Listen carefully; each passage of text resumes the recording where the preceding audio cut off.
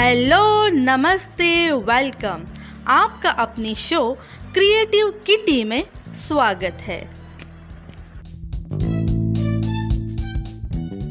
Friends, आज के इस एपिसोड में आप सभी का स्वागत है। आज के इस एपिसोड में हम सुनेंगे प्रदोष व्रत की पौराणिक कथा के बारे में। तो चलिए शुरू करते हैं। प्राचीन काल में एक गरीब पुजारी हुआ करता था। उस पुजारी की मृत्यु के बाद उसकी विधवा पत्नी अपने भरण पोषण के लिए पुत्र को साथ लेकर भीख मांगती हुई शाम तक घर वापस आती थी। एक दिन उसकी मुलाकात विदर्भ देश के राजकुमार से हुई, जो कि अपने पिता की मृत्यु के बाद दर दर भटकने लगा था। उसकी यह हालत पुजारी की पत्नी से देखी नहीं गई। वह उस राजकुमार को अपने साथ अपने घर ले आई और पुत्र जैसा रखने लगी। एक दिन पुजारी की पत्नी अपने साथ दोनों पुत्रों को शांडिल्य ऋषि के आश्रम में ले गई। वहाँ उसने ऋषि से शिवजी के प्रदोष व्रत की कथा और विधि सुनी और उसके बाद घर आकर प्रदोष का व्रत करने लगी। एक बार दोनों बालक वन में घूम रहे थे। उनमें से पुजारी का बेटा तो घर लौट आया, परंतु राजकुमार वन में ही रह गया। उस राजकुमार ने गंधर्व कन्याओं को क्रीड़ा करते हुए देखा तो उनसे बात करने लगा। उस कन्या का नाम अंशुमति था। उस दिन वह राजकुमार घर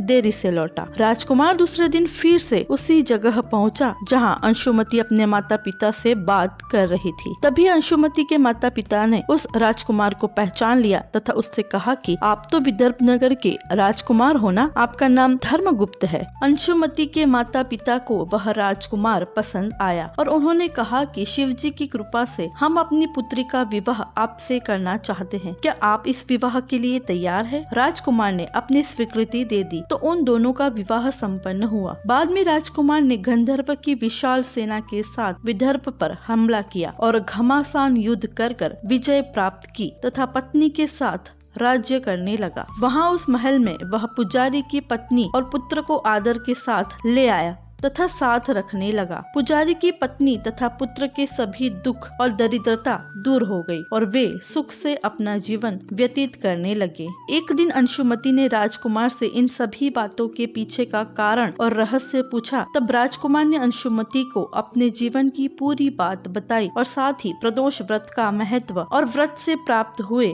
फल के बारे में बात की। उसी दिन से प्रदोष व्रत की प्रतिष्ठा और महत्व बढ़ गया तथा मान्यता के अनुसार लोग वह व्रत करने लगे। कई जगहों पर अपनी श्रद्धा के अनुसार स्त्री पुरुष दोनों ही यह व्रत करते हैं। इस व्रत को करने से मनुष्य के सभी कष्ट और पाप नष्ट होते हैं और मनुष्य को अभीष्ट की प्राप्ति होती है। फ्रेंड्स, आई होप आपको आज का ये एपिसोड पसंद आया होगा।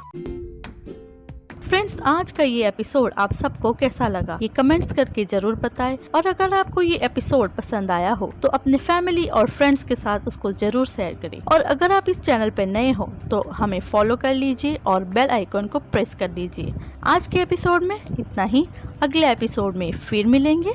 तब तक के लिए friends, keep in mind, stay safe, stay positive and keep smiling. Bye bye.